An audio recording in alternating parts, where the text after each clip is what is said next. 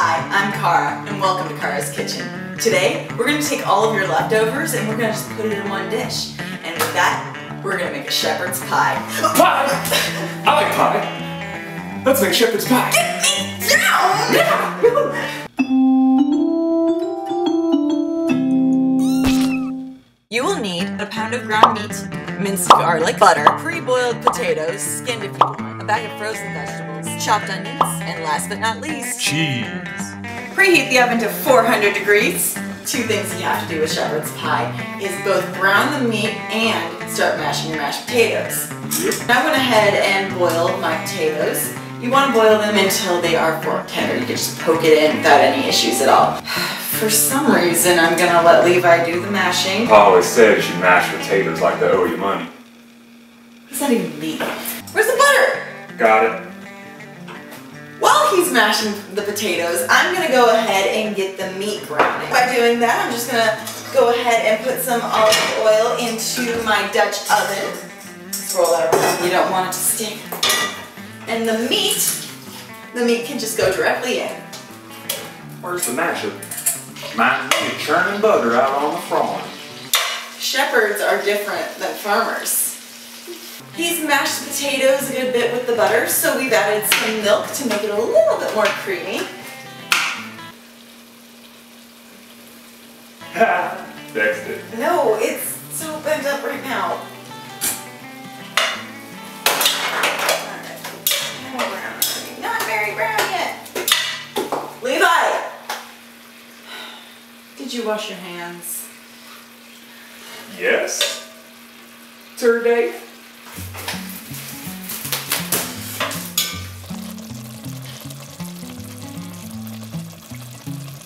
So as you can see, our meat is browning up pretty nicely. At this point, I'm gonna go ahead and get that out of the Dutch oven, drain the grease, and throw all the vegetables in there.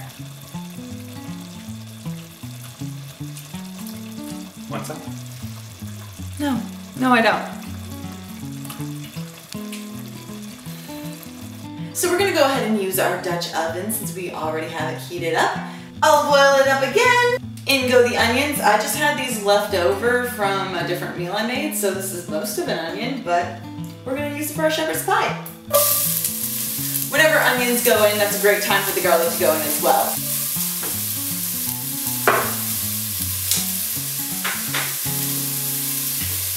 While you're waiting around, you can just work on your whittling. Since when do you know how to whittle? Paul always said all you gotta know how to whittle is a shank. You know what, Paul? Why do you need a shank when you already got a whittling knife?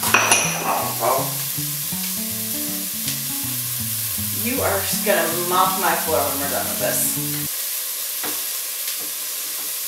After your onions have become tender for a minute or two, you can go ahead and add in the rest of your vegetables. Back on the farm, we picked them fresh from the cabbage patch.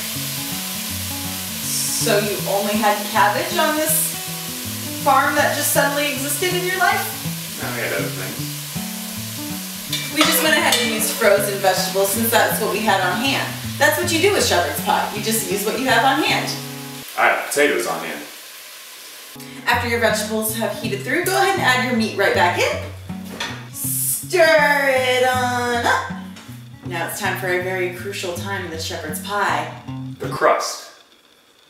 No, there's no crust. But it's a pie. Where's the crust? Distraction time. Bring me the cheese.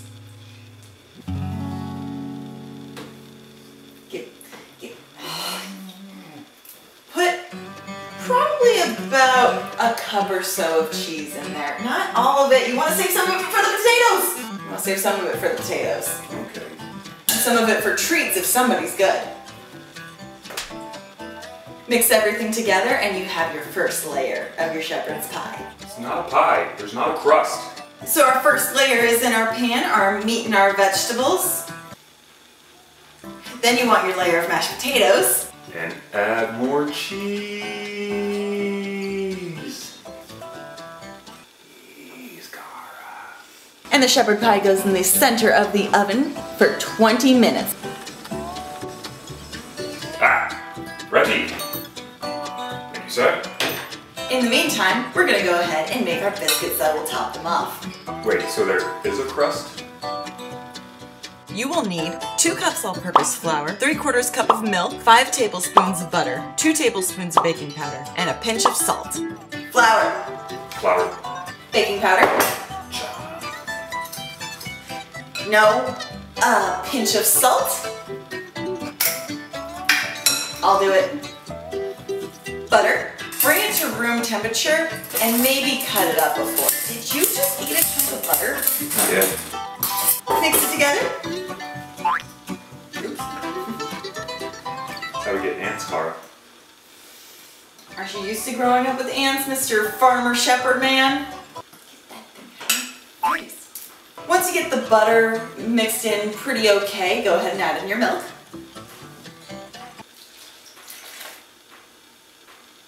Never felt uncomfortable making biscuits before. Can we add cheese? We added cheese before. We already did the cheddar biscuits episode. But we could do it again. If you so desire, you can actually go back to our cheddar biscuits episode and have cheddar biscuits to top off your shepherd's pie. Or if you're feeling a little lazy or just have some lying around, you can use some pre-made biscuit dough too. So after I got most of the dough mixed in, I went ahead and just kneaded the rest of it by hand. That way you have a nice little loaf kind of roll. You got some nice biscuit dough to just get you going. Our shepherd's pie has been in the oven for 20 minutes. Now we're gonna bump the temperature up to 425 degrees. I decided to put my biscuit on as one big layer. If you want to, you are always more than welcome to just put them on as regular biscuits. Our oven has gone up to 425 degrees. Now we are going to go ahead and for 10 minutes we are going to put back in our shepherd's pie. Okay, hold on. No, this is like what in tarnation? This is not a pie. If the bread is on top, like it's just hold my beer. Hold on a second. Clatter sounds. I went and got some biscuit mix. I have it in the bottom. Added meat. Add cheese, potatoes, cheese, and then you add it on top. That's an actual pie, okay? This is a pie. Technically, shepherd's muffins, all right? Here's another idea to make it an actual pie-like creation. I never thought I'd say these words that I'm about to say, but good idea, Levi.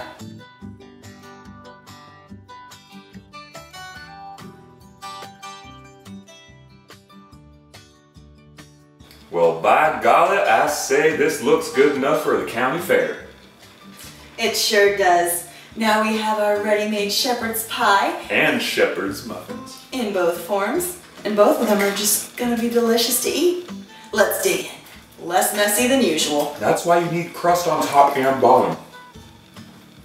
It's a lot of steam. Are you okay? Yeah. That's how mine looks. Shepherd's pie. Shepherd's lie.